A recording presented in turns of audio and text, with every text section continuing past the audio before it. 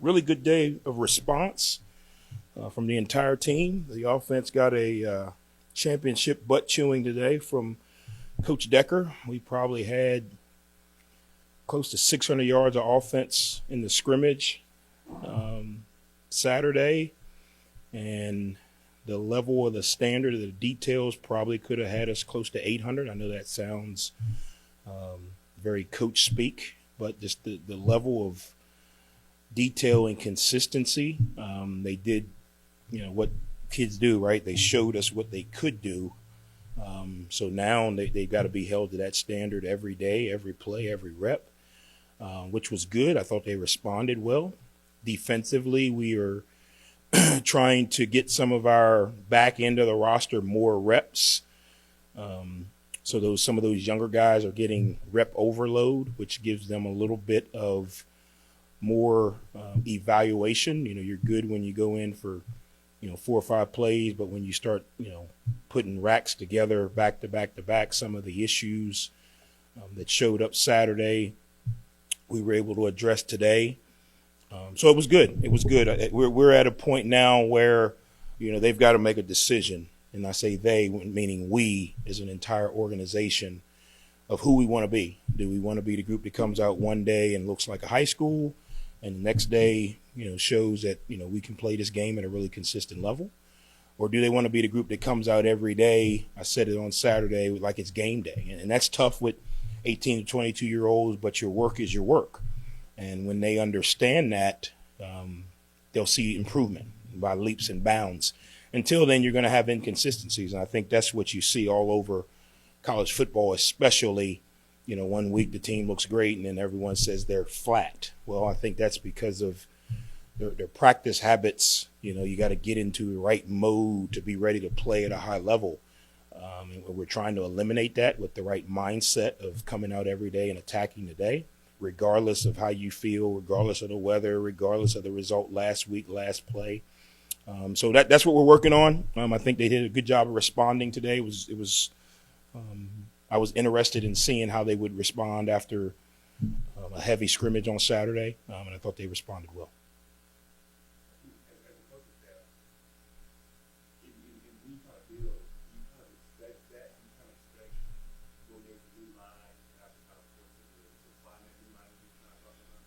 Yeah, I think so, because what happens a lot of times is they have success and they get into the I'm good. I'm good. I had a good scrimmage. I made some plays. And they don't look at the 8 to 10 plays that they didn't play well. I always tell coaches when you go in the meeting room, show the mistakes. They've already seen the good plays. You don't have to tell them, hey, good job. Trust me, they watch that play over and over and over. It's probably on their Instagram. But you got to show them, hey, you had 10 good plays.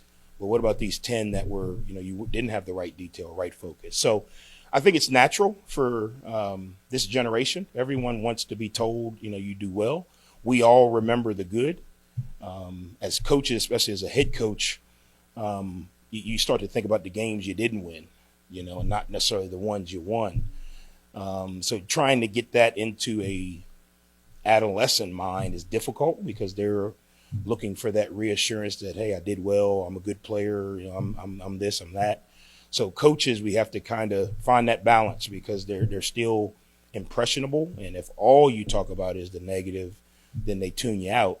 So you got to find that balance. It's, in my opinion, 80-20. 20%, hey, good job here, 80% here's where we can improve. And as the season goes on, hopefully that number starts to even out a little bit. You get a little more consistent. You don't have as many negative plays to talk about. But early in this thing, especially with the younger players, you got to do that more because obviously they haven't played as much. So, every formation is new, every rep is new, especially with a new system. So you got to make sure that you remind them that there's room to grow. Just like you said, just mentioned the scheme. Where offensively are the guys at with that as far as just being able to see mentally and being able to play at full speed while retaining that knowledge of what they're trying to do? Coach Decker has the best knowledge of it because he's seen it installed from A to Z. He says we're ahead. our next step is the cohesion, right? There are fundamentals, techniques, and rules, and then there's a reaction to what the defense is doing. We're getting to that point now. Yes, here's your rules. Yes, you may have ran the right route, but because the defense was in cover 0 or cover 1, here was a better option based on the protection we were able to have. They got bring more than we can block. So yes, you read the right leverage and made the right decision, but here is a better decision. I call that cohesion, right? Understanding, yes, I made the right decision. I ran the right route on paper, but the next step is how do we build cohesion, right? Yes, this route is right, but this is a better option off of that route. Or, hey, this block is right, but I got to be alert for this. Same thing on defense. Yeah, you're playing the right coverage or the right technique, but it changes when it's 3rd and 5. You may need to tighten that coverage up a little bit. So we're at that point, especially on offense, just because there's so many variables that go into it. We don't do a lot, but there's a lot of variables. So getting them to understand when and why each variable is needed is kind of where we're at now. They know what to do, where to go, how to line up. They know that. But the next step is understanding the purpose of the variables and the whys. And then the offensive line, how's that going to progress? We see some in college football nowadays where a lot of those games have essentially, 6, 7 starters, more than 5 starters, so to speak. Is this a group where you envision having like more than 5 guys regularly? I think so. I think just because of the tempo that we play at, that's going to be something that always is taxing on the bigs. And we've got a good group of guys who can, bring some value. So keeping a guy a little bit fresher, giving guys an opportunity to have a role creates competition. It doesn't allow guys to get stale or stagnant. And it allows us to prepare for the what if someone does go down. So we're probably, if you said in the, first group that runs out there, we're probably 7 or 8 guys right now. If we had to play a game, we'd probably narrow that down to 5 or 6 just because of their consistency. But there's 7 or 8 guys right now that are showing enough flashes to keep investing in. And then we have a group of younger guys who are developing, not necessarily with what to do, but the speed of the game, the strength of the game. Some of them are freshmen, so physically getting caught up to college speed and strength. But we feel good about where we are. We'd like to try to develop 1 or 2 more just because I think as the season goes on, who knows what may happen. That will create a little bit of calm for us. But right now we feel like we've got a good group. Once we get to the point to where we're letting 5 guys play together consistently, I think we'll be a little more consistent. Right now we're kind of moving them around, trying to figure out who's the 3rd center, who's the 3rd right guard, who can play both tackles. So right now there's going to be some growing pain just because, we may have a guy at right tackle for 6 plays and we may move him to left tackle for 6 plays. And we may have a center in there for, 10 plays and we may move him to guard. So we understand that, but obviously you should be able to consistently execute. There's some guys that are a little more right, left side dominant, as we get there. But what we're trying to make sure is that we have enough options as we go into the season.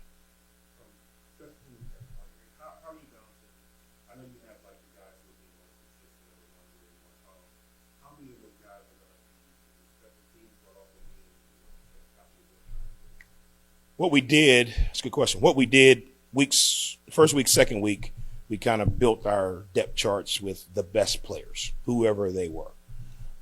Starters, backups, whatever it was, just to teach guys the base system, base techniques.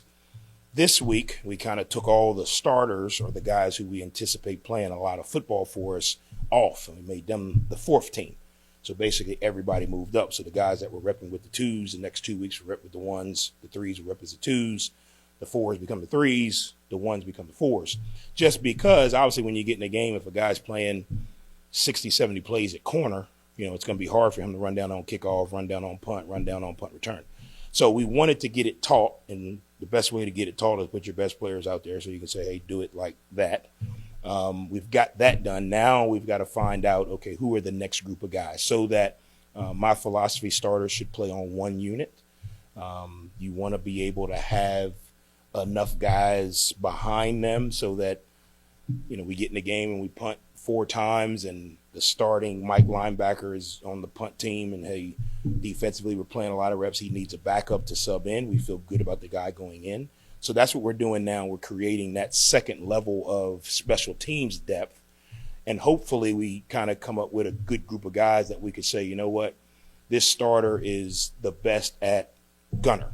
And all he does is gunner when we need him. You know, hey, we got a crucial point in the game. We need a gunner. We got to get a good punt off. Hey, you go in and take a rep, but we have another guy who starts and plays most of the reps at gunner. So we kind of have a philosophy of how we develop that depth. It starts with just teaching everybody the base schemes and fundamentals. Now we're at the point now where we can go back. We're still repping the same schemes and fundamentals, but now we're doing it with the 2s and the 3s or the rotational guys. How would the enthusiasm of special teams a guy who's willing to be a starter, how enthusiastic is he?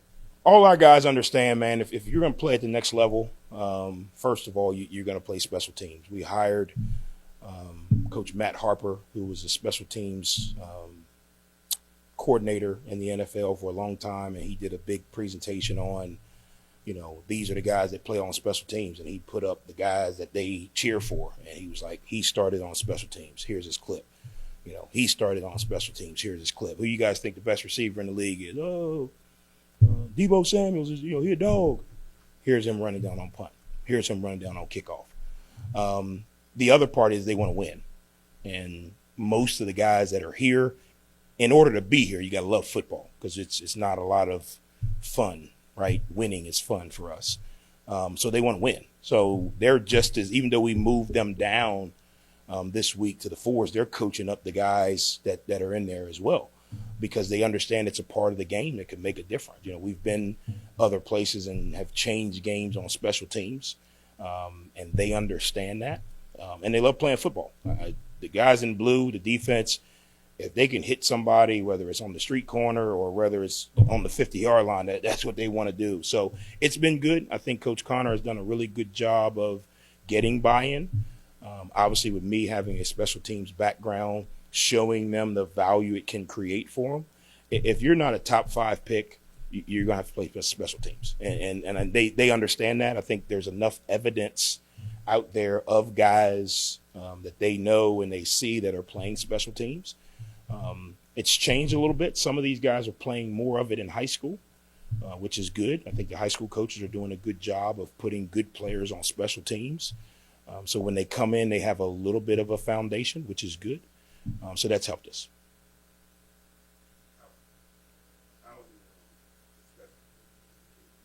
I probably cursed our kicker. In the meeting today, I told everybody he's been 11 for 11. He hadn't missed a kick. And we haven't done a ton of kicking, but the 2-minute situations at the end of practice, he probably hit 8 field goals in the scrimmage. I mean, perfect. So he'll probably be 0 for 100, now that I've said that. But he's doing well. Our punter, our Aussie punter, is doing a heck of a job. He's an older guy, has played college football, transferred to us from UAB. So he's played college football. So he's got a really good grasp on it. And then our snappers have both played. Landers came from Colorado, played there.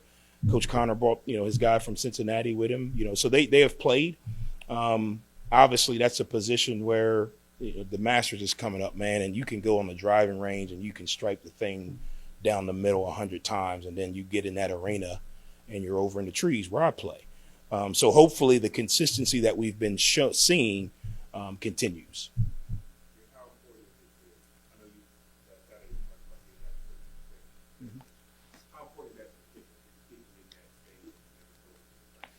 I think it's important. Obviously, there's going to be some weather elements, wind, crosswind. Talking to our equipment manager, there's a little bit of a crosswind just when you get down in the bowl. So them understanding that's going to be huge. Just being in the arena is going to be huge. Again, you can go on the driving range. They go over on the turf field and we're outside, and they kick the ball over to the soccer field, over to softball.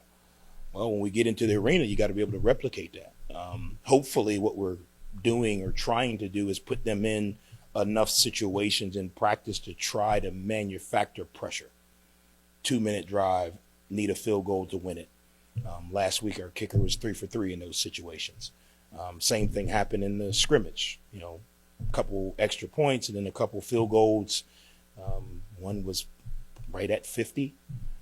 Now, indoors, climate control, no rush. We're not trying to block it. Beautiful, right down Broadway. Kind of like Coach Huff on the driving range. Nobody's watching. Beautiful. Get on the tee box. People are around. There's a gallery. Your friends are there. They're trying to bet you. I don't bet. NCAA. Can't do it. All of a sudden, you're a little bit fast. Ball's not where it needs to be. So I think it's obviously a work in progress. We got to get over to the stadium. Hopefully we get over there this weekend. That was the plan last weekend. The weather kind of threw us off, so we're going to try and go next weekend. And then throughout the summer, we're going to have those guys be able to go over on their own, through the May and June when they're on their free time, just so they can get used to being in that arena. I think, again, it's something that the more they're in those environments, the better. I think having some guys who have played the game before helps. The part that, as a former special teams coordinator, you got to watch the maintenance on those guys, because sometimes they'll just kick and kick and kick and kick and kick.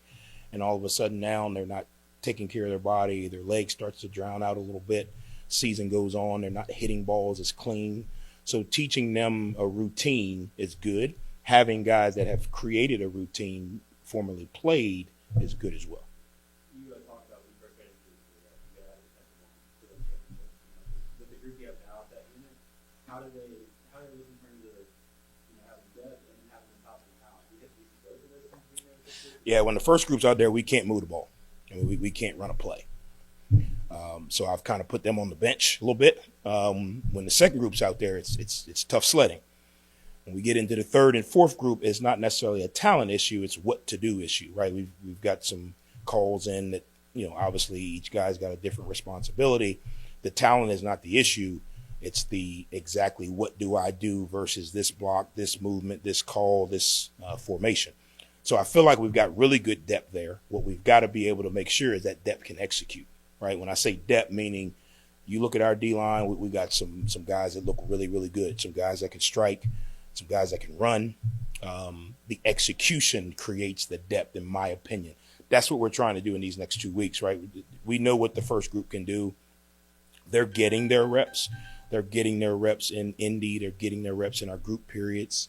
When we get to more competitive periods, our guys were trying to get that third and fourth group more reps to see if they can execute. If we can get them, the needle moved on them just a little bit, we'll be a tough group. Obviously there's still time, but we'll be a tough group up front, and if you can't stop the run, it's a long day in the ballpark, man. So that's the one thing that I learned from Coach Saban.